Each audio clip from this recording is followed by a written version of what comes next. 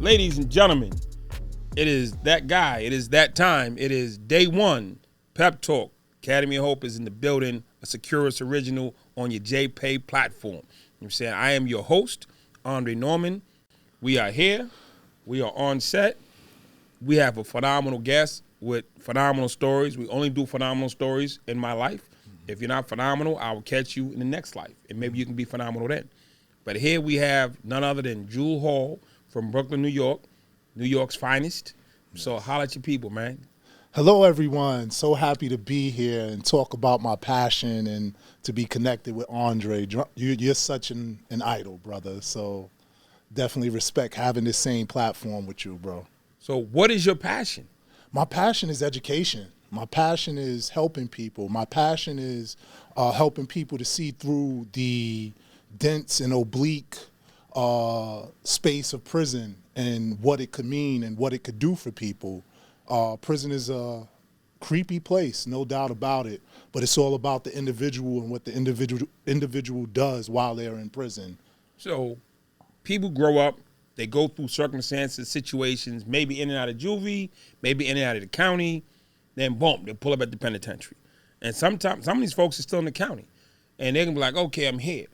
And so what advice would you give somebody who's just getting off the bus, they're still in the new men's section, or wherever the prison or jail they're in? You're in the new men's section. They gave you a tablet. You're on your tablet. Boom. Brother Jule pops up from Brooklyn, New York. Probably gonna give my Brooklyn dudes a hard time. Jule on the tablet. I'm sitting here in my cell, on my bunk, I'm looking at Jule. This is my first day or week in this place. What am I hearing you say? I'm hearing you hear me say, grab a book on a tablet or however you can that inspires you. One of the first things I was telling someone before I walked in here that helped me on my journey when I was on Rikers Island, there was a teacher who just took a liking to me 2 weeks. I still can't recall why I impressed upon this teacher, but this teacher gave me the book, The Autobiography of Malcolm X. And I want to, be clear. It doesn't have to be that book. Whatever book inspires you. There's so many biographies. The biography of Ben Franklin, of Ambassador of Hope, Andre Norman. Yeah, Andre Norman. You could grab a book that really gives you the direction you need, the perspective you need. That book, The Autobiography of Malcolm X, a man who was in prison, studied the dictionary, took college classes, really showed me, hey, prison doesn't have to be this creepy place all the time. You can make a space for yourself for self-development. And I did that. I tell you, it got me out of a lot of trouble. I was in the day room. I was in the back of the house while people were in the day room engaged in all types of stuff that they shouldn't be engaged in. I was in the back of the dorm with the autobiography of Malcolm X, just literally glued to the book, not caught up in the nonsense. Reading books is phenomenal. Now, I wasn't going to tell him early, but you told him early. You said you was on Rikers Island. Yeah. How do you end up on Rikers Island? Why ain't you playing football someplace? Why ain't you a scientist? You know what I'm saying? Why ain't you a teacher or a professor or something? Why are you on Rikers Island? I mean, I take responsibility for all my actions. I grew up in an environment that was dangerous and violent, and I just got caught up in it. I grew up in Brownsville, Brooklyn. It's amazing. Most of the people who grew up in my neighborhood ended up on Rikers Island with me. My whole neighborhood was basically on Rikers Island with me. So that's how I got there. I was charged with accessory to homicide for taking part in the shooting that one of my friends lost their life. These are all things that when I got into prison, I told myself, day one, I can't keep going the way that I've been going. I have to shift this somehow. And like I said, something came about where I impressed this teacher, because that was unheard of. People know you're not supposed to interact with civilians like that while you're in prison, but she gave me the book. She was like, make sure you read this book. I was great in school. I grew up in a family who valued education. My mom bought encyclopedias for us. There were my earliest memory as a child is playing with letter blocks and magnetic numbers that we would put on the refrigerator and, make equations with. So my family raised me to value education, but I got caught up in the streets because a lot of us have the misconception that education is not going to be the key to your success. I'm here to say, no, that is a myth. You know what I always tell people? Education will be the key to your success if you work it right. When I do lectures, I say, what's 2 + 2 in Brooklyn? 2 + 2? And what's 2 + 2 in Brooklyn? 4. What's 2 It's + 2 in, everywhere. what's 2 + 2 in California? 4. What's 2 + 2 in London? 4. What's 2 + 2 in Colombia? 4. Cuatro, sí, claro que sí, tú sabes. So if I took you to Harvard University, the biggest school on the planet, actually was 2 + 2, what would you tell me? 4. They tricked me in high school to believe the same thing they tricked you, that my education didn't work because of where I learned it. Yeah. And that was the biggest lie that I believed, that because I'm learning it in this school around these people, that it doesn't work. I've been over 24 countries, and I get off the plane every single time, and I'm received because I'm educated. But That's right. I didn't believe my education worked. Yeah. That, because I'm in this neighborhood, it can't work. Yeah. And brothers and sisters, most of us went to schools, and we made ourselves believe that. Yeah. And I have to tell you the truth. There are people graduated your high school that made it. Yeah, there's no doubt about that. And these were the people who had the impact on me while I was in prison. I actually thought about, friends who went to the Army and were free now, doing great. Friends who went to college and were doing great. And here I am in Rikers Island 2 weeks, and I'm seeing everybody else from the block, and they're like, hey, come outside to the yard so we can smoke weed. And I was like, nah, I have to do something different now. So day one, you in the prison, you realized something different had to happen. Something different needed to happen because regardless, I was 17 years old, and I never thought I'd be out. I'm so honored to be here and living my life free now. But even with the idea that I might never be free, I understood I needed to be a different person. I couldn't keep the same behaviors and approaches to life and being with the crew, hanging out, doing all types of devilishment. I really wanted change. And, while I worked for it, it came to me kind of naturally. Another example, you brought up solitary confinement. I'll say once I left Rikers Island, I did like 11 months on Rikers Island, and I went upstate New York. Now they have this I won't call it orientation. I forgot the word for it. Reception center. Yeah, you're locked in 23 hours for at least 5 days, 3 to 5 days. The first 3 to 5 days. Yeah, and I remember they had a library cart come around, and I grabbed this book about King Musa. You know about King Musa in Mali? This king in, I think, the 14th century, 1300s, completed a Hajj from East Africa to West Africa and gave away so much gold that the price of gold fell because he traveled and was giving out these gifts. And that was just like so profound to me. Here, I had this example of a black man, a king who was so giving and abundant, and it just really rocked me. And again, this is from reading. I really allowed myself to go to a place of mental growth, of being free mentally through books, through education, and it just led my path to getting my education with one of the top 10 colleges in the nation at that time. I got to ask, because when I started reading books, it was Iceberg Slim, the Donald Goines series. I did that. We did Donald Goines, and we did all the gangster books. It's all good. You know what I'm saying? But then it was years before we made the transition to educational stuff. But here's what I did with the Donald Goines, and this is what I encourage people to do. Keep a notebook to look up words so that you could build your vocabulary from, because it's there. I was reading Donald Goines, and there was words I couldn't understand. So what I did, I wrote the Malcolm X impact. Wrote it down. I wrote it down and got a dictionary and just started studying my vocabulary every morning and every night before I went to sleep. I really built the identity from day one in prison based on education because it was something that I knew I was capable of that slipped from me, that brought me into prison, and it was something that I felt was going to help me to breathe in prison. You know, it's hard to breathe. That's metaphoric, but it's hard to breathe in prison. You so tense. You kind of like, you see this person get stabbed. You see the officers beating up this guy, and you're wondering when you're going to be next and what you're going to do. But by building my interest in education, it just really shifted the paradigm. Here's another quick anecdote.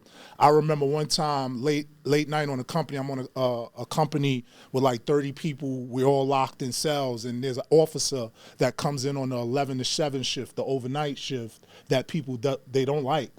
And what happened was somebody threw a bar of soap at the officer, and it hit the officer, a serious charge.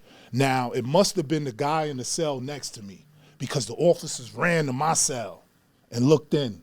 Now, I built a habit of being in my cell with a book at 11 o'clock like this. So when this happened, I'm in my cell with a book like this. And the officers came, looked at my cell, and said, oh, it wasn't him. It must have been the next one. So you know how prison is. It's not about getting the right person. Nah. But because I had built the identity around education, not only did the officers see it, but other dudes started seeing it in prison as well, and started relying on me, say, hey, could you help me write my letter to my lawyer? Could you help me write my family? And I just worked it because it was something that I felt gave me the breath of life. I was able to kind of not be tense in prison because I knew I was helping others. What was the hardest thing that you had to overcome? Because you're coming from a negative environment. Mm-hmm. Not the street. I'm not saying New York City's negative, but the part of New York, the sections in the streets and the people that you chose to be around were negative. Yeah. You came from a negative environment. Mm-hmm. You're in a intense, supreme negative environment. Mm-hmm. What's the hardest thing you had to transfer from? I had to transfer from people calling me street names. I had to disassociate myself from just that reputation I had in the street. So in New York State Prison, I imagine this is all over in the prison, people don't know your name, but they see you in the street, so they call you where you from. So they called you Brooklyn? They called me Brownsville. Okay. One of the most violent areas in New York City. When I was in the feds, they called me Boston. See? So I had to really disassociate. That was a challenge because I didn't want to be associated with this place. I knew I was more. I'm not that place, Brooklyn. We're not even in Brooklyn. Here I am in Coxsackie, New York, and you calling me Brownsville or Brooklyn. So I had to really reconstruct an identity for myself that was based on who I was at that time. And, you know, I come from the nation of gods and earths, so I called myself Ka, which is the abstract spirit in Egyptology. But the point of the matter is that's the hardest thing that I continuously, that wasn't the only time. So I did 22 years in prison. Redefining myself became something that I did at least 5 times in prison because prisons turn over. I think I use a metaphor of prison as a tsunami. It's just wild water, always changing, whether it's new officers, new rules, new people coming in. And certain people feel, oh, I have to build the identity of violence so that nobody will mess with me. I chose to do something totally different. One, I'm a big 6'3" black man. I didn't have much problems. But once people realized, wow, this guy is sincerely about education and I could go to him to help me write my lawyer, to help. I also was in the law library.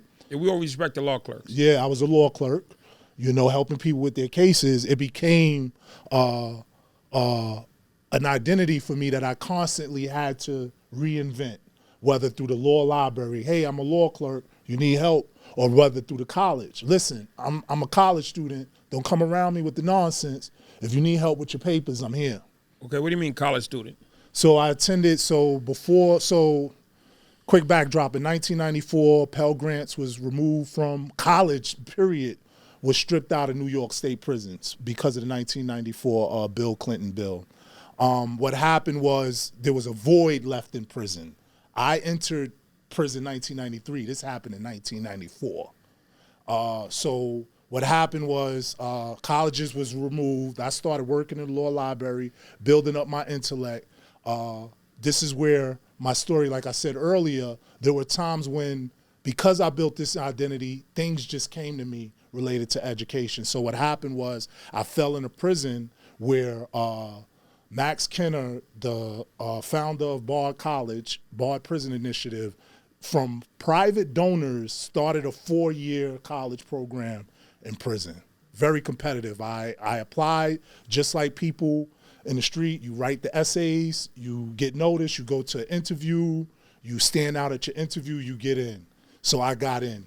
Immediately when I got in, again, I already had the identity for being the education person in prison. And what happened was guys just knew to call, hey, Jule, I need help with this paper. Or Jule, I need this. So I'm a first-year student helping other people. First thing, when you got it, you applied, there's a nervousness. Yeah. Because what did it mean to you to be selected when you were waiting to be selected? Well, I want you to jump past that because you didn't just get selected day one. You put it in, you back in your spotlight. Man, what did it mean to you if they select me? What did you see it to be? I saw it to be as a way to use my time constructively. I saw it to be something that provided meaning to my life and my everyday life in prison. It goes without saying that you lose that level of humanity and hope while you're in prison. You're like, what am I? Every day is chow, recreation, back to my cell. What am I living for? You know, that's why, you know, some jails have high suicide rates. So for me, applying for college was just something that was going to allow me to thrive as a human being in the world. And again, education is that space where people interact with each other and engage with ideas, and it just brought so much meaning to my life. Very competitive. I was confident that I was getting in, though, because I had already, I was a GED tutor.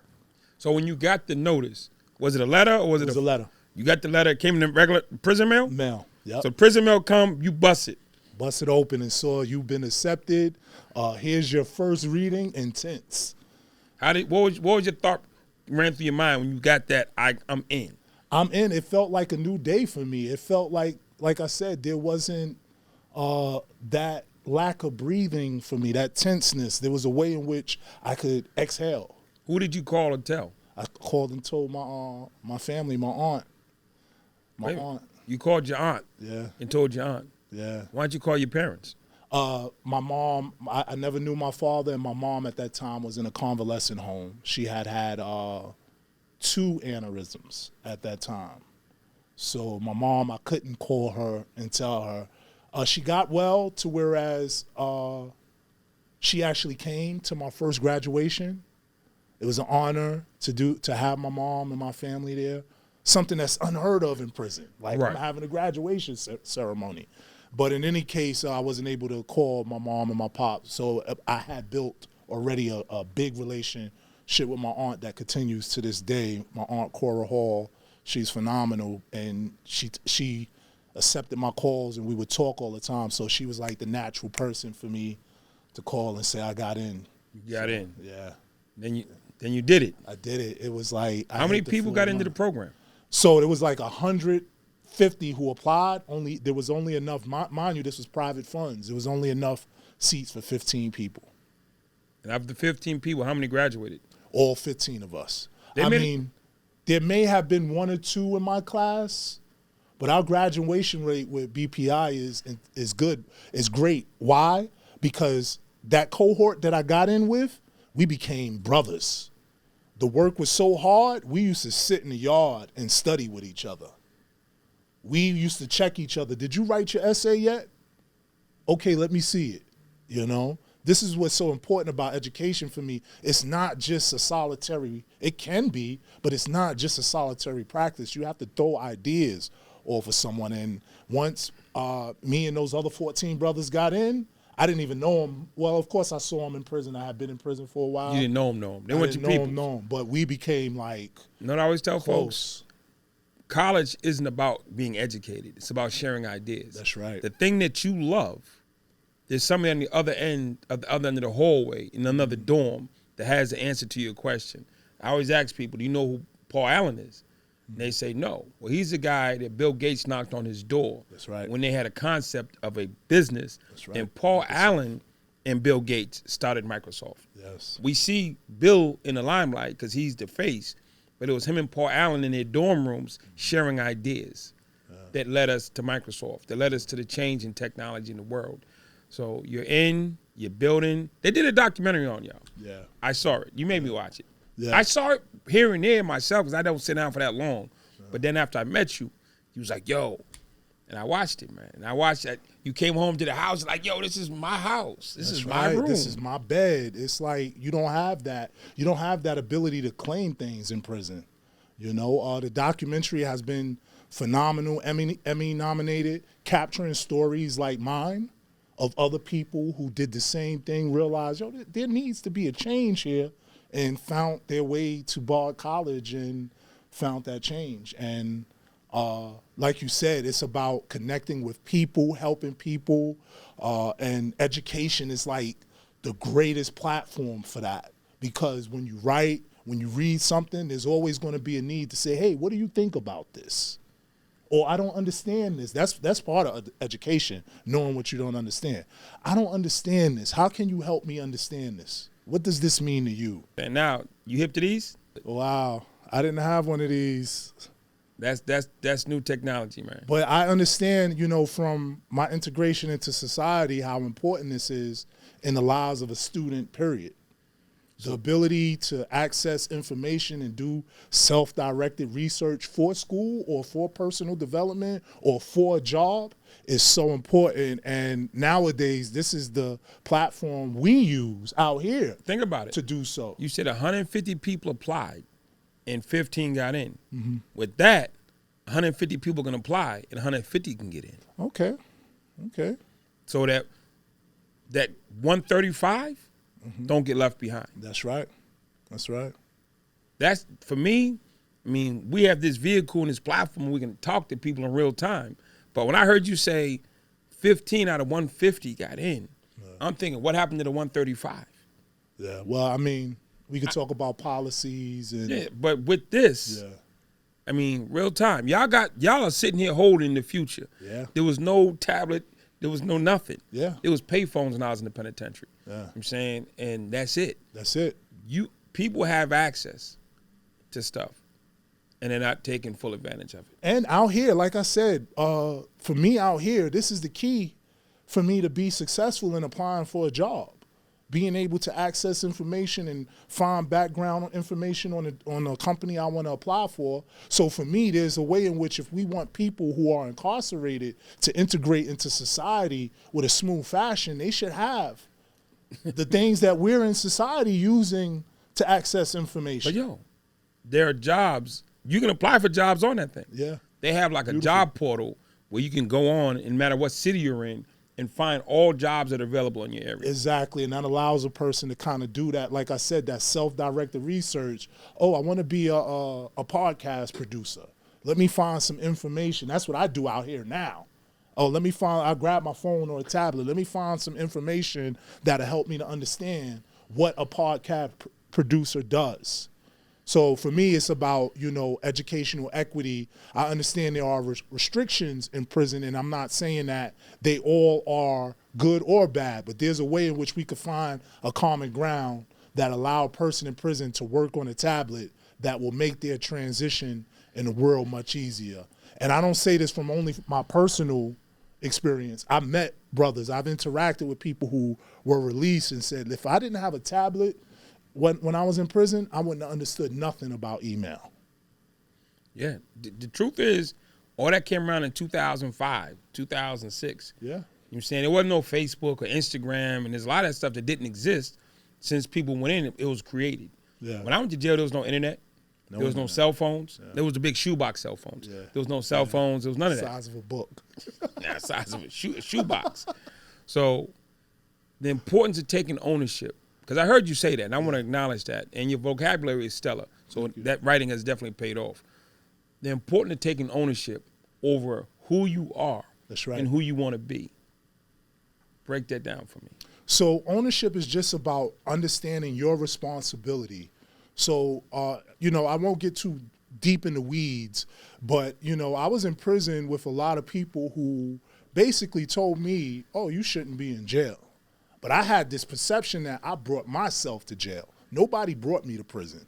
I brought myself to prison. And this is why I have to take the responsibility to get myself out of prison or to live a life that is humane and inspiring and full of hope while I'm in prison. Because again, I had a life sentence. I didn't know I would be released. It wasn't like mandatory for me to go home, you know. But I knew while I'm here, I need to carry myself like a human being, not as a man. I don't want to get into the gender dynamic, but for me, it wasn't about being a man. It was about being a human being. 2, it was about understanding the factors that led me to prison. People, places, and things. We know this. It's simple, you know. And I met a lot of people in prison who didn't want to take that responsibility. No judgment there. But I had to, you know, tell myself, wait, you didn't have to be there at 11 o'clock at night. You didn't have to do this for that led the path to bring you here. I want to ask you this, because I had a mentor. Shout out to Natan, who was one of my first and greatest mentors to this day.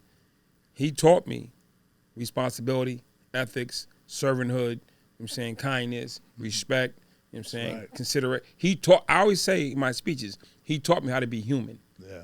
The street taught me how to be an animal, how to be a monster. When I got to the penitentiary, the homies taught me how to be violent and how to go over the top. The Ton taught me how to be a human. So who taught you how to be human? Benjamin Franklin, Frederick Douglass, Friedrich Nietzsche, these authors and that's the beauty about education for me. You can learn from people who aren't physically with us anymore. You know, Alice Walker, you know, the humanity in her writing, you know, from reading and engaging, I realized like I still have a level of humanity, and I have to, one major part of that humanity is the respect for others and the ability to help others. Because if I'm human, you're human, we have a responsibility to each other. So what I did, again, while education was a platform for me, I used it mostly to interact with other people and kind of tell them, hey, this is what is important. Not that yard, not the weed, not the drugs, not the gambling, the contraband. That's not important. So you did 22. Yeah. How long you been home for? I've been home now 7 years. What was day one like? Day one was a shock. It was a shock, I must say. It was amazing to have developed a level of maturity that I didn't see in a lot of the people who never been to prison. So I came home. I was fortunate. Again, I got a great education. I was working 2 weeks out of prison, providing for my family. My aunt, who since passed, gave me a room in her house and told me, you could live with me for a year without paying rent. But after that, you're going to have to pay rent. Now, apparently, other family members, she offered the same thing. I had a cousin who was living with us at that time as well, never paid rent. But 2 weeks, here, auntie, here's for the rent. It felt good to do that, but I understood that there were so many people who weren't living up to their responsibility while they were free. And here I am. I did 22 years, and I'm more responsible than most of the people, my cousins and my family, you know. But it was really a shocker. It took for me, and here's the amazing thing that I guess I came to realization 5 years out of prison. I need to tap back into the behaviors and things and habits that I had while I was in prison. Getting up 5 in the morning, meditating, helping others, staying away from the drugs, the gambling, the illicit sexual activity that happens in prison.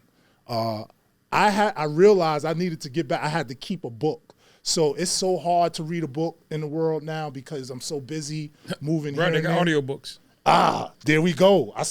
I got that app immediately.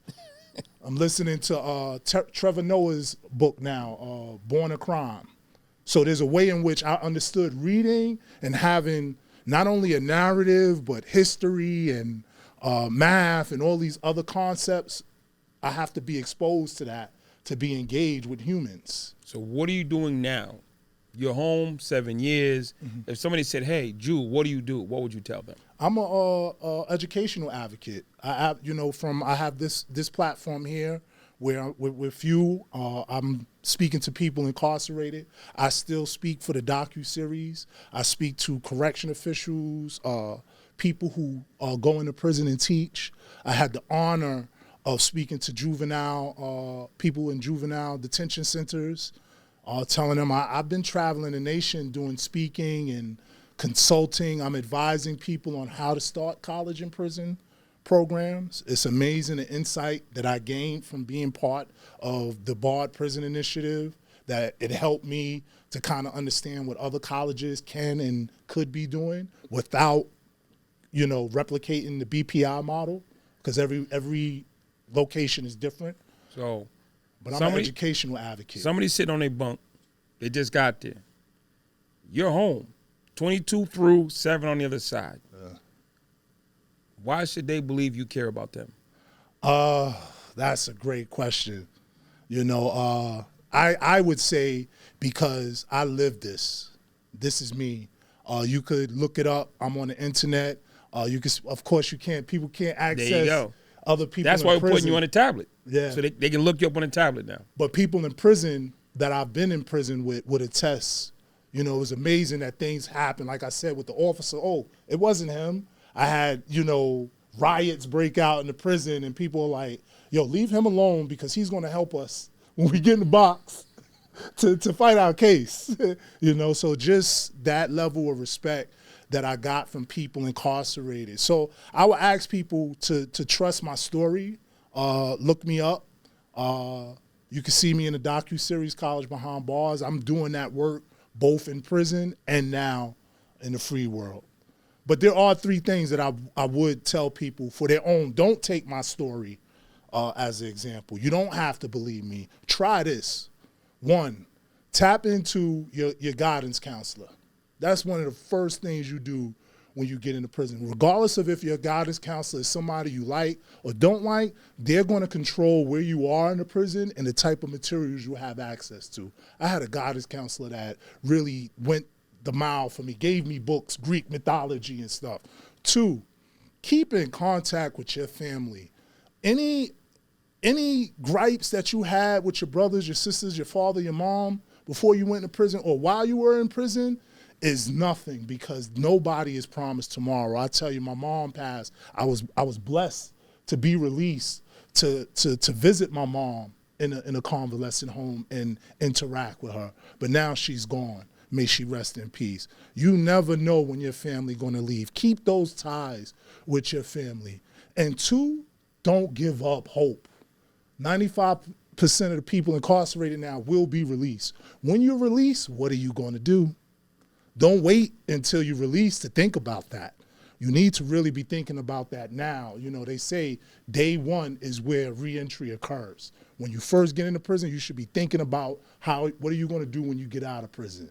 Take that time to become a master at something you like. I don't care if it's mechanic, computer programming, carpentry. You should, while you have that time, devote most of your day. Of course, you need to work out, keep yourself healthy and stuff like that, but devote most of your time into becoming a master of what it is that drives you. And if you don't have an example, this may be the 4th one.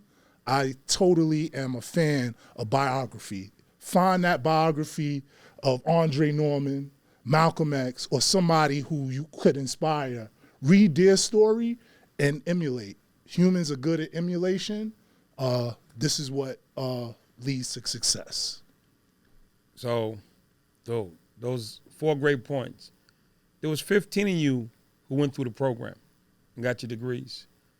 What are some examples? Because when I was inside, going to school wasn't fun. Hanging on. Summertime, we outside. You know what I'm saying? I'm playing ball.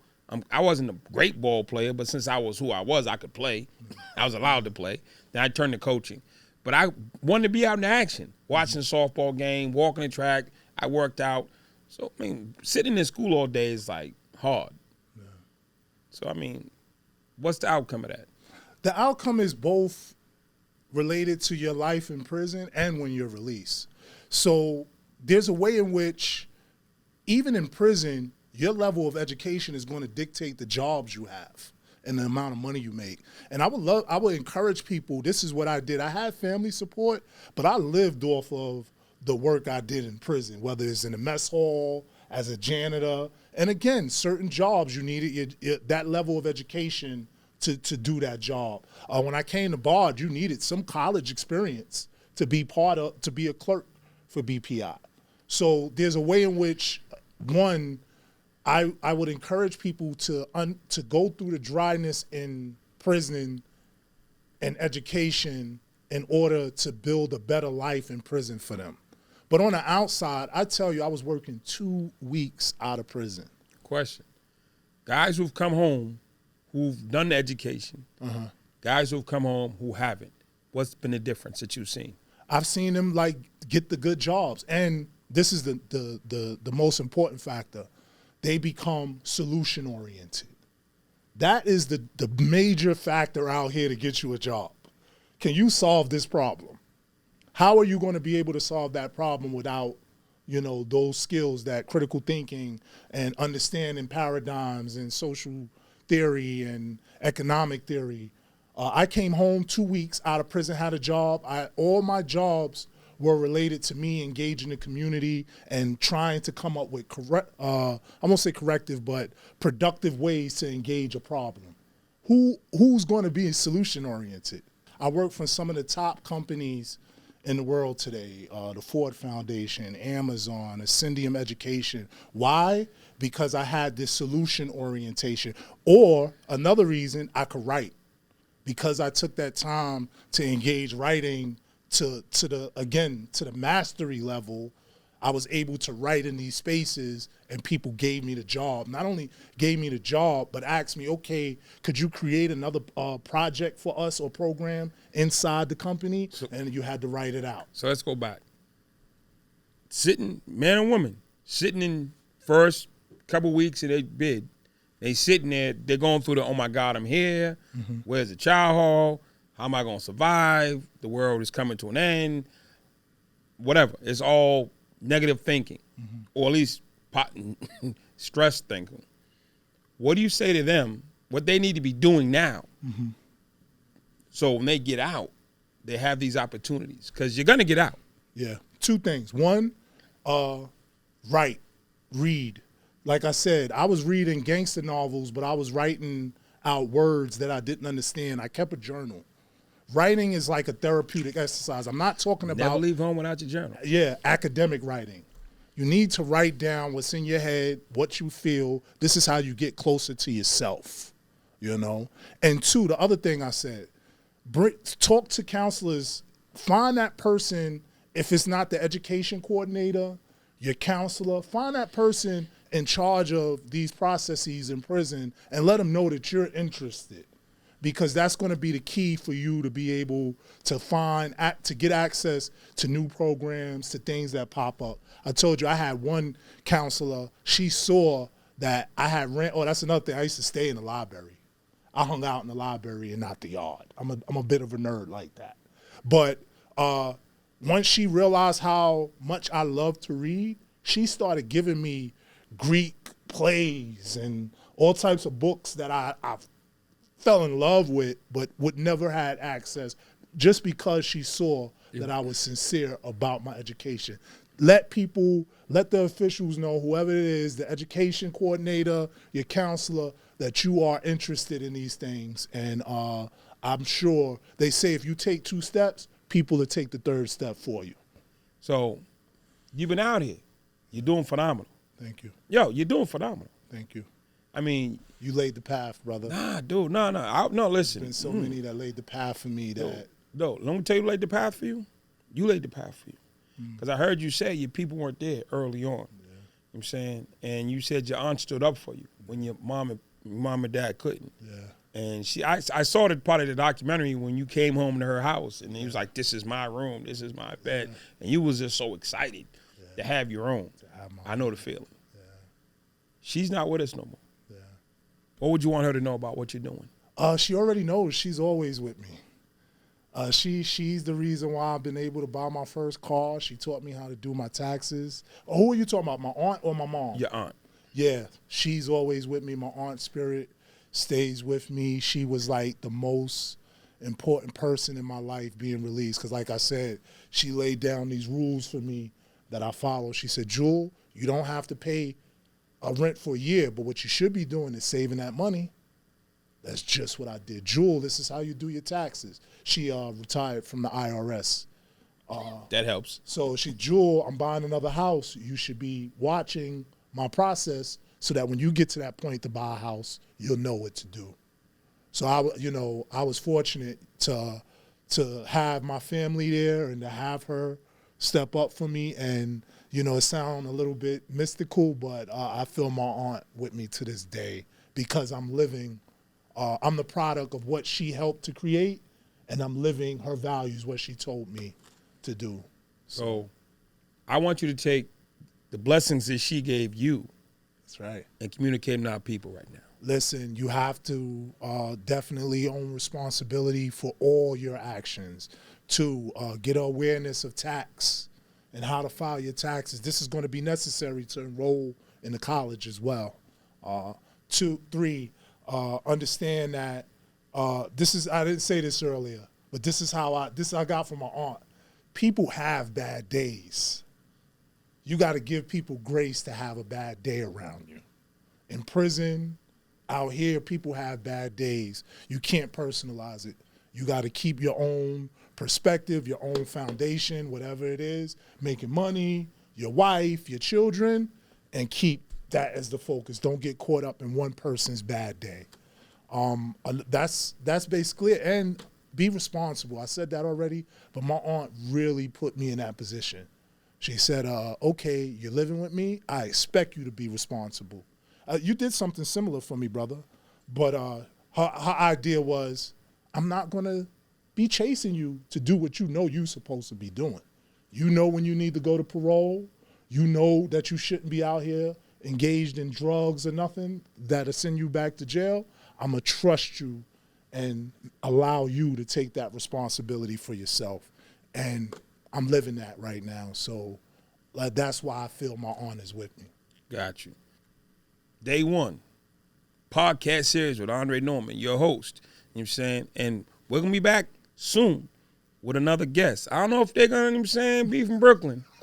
Here we go with the Brooklyn stuff. Yeah, you know what I'm saying? No, shout out to all my Brooklyn people, man. I ain't going to name them because I don't want to start no trouble. My Queens people, Bronx, you know what I'm saying? Shout out to my godfathers from Harlem, R.I.P., you know what I'm saying? My man Greg Maris from Rucker Park. You know what I'm saying? No, I got tons. My wife's from New York. Yeah. My kids half from New York. So what can I say? I met you in New York. You met me in New York. No, you didn't. You met me in Atlanta. Atlanta, that's right. But we the connected Mecca. in New York. Yeah. So, ladies and gentlemen, we can joke with each other. We can vibe with each other. But we're here for one reason. That's right. We love you. We want to see you do better. That's right. You know what I'm saying? And we're going to come see you. Holler at us. Get at your counselors. If you want to harass them about something, stop asking about canteen. Ask about us coming to see you. That's right. So we will come to the female facilities, to the male facilities, to the juveniles, to the camps, behind the wall, solitary. Dude, we care about you, and you matter. So with that, we're going to close out. And thank you. JPay Original, Securus Original, Day One with Andre Norman.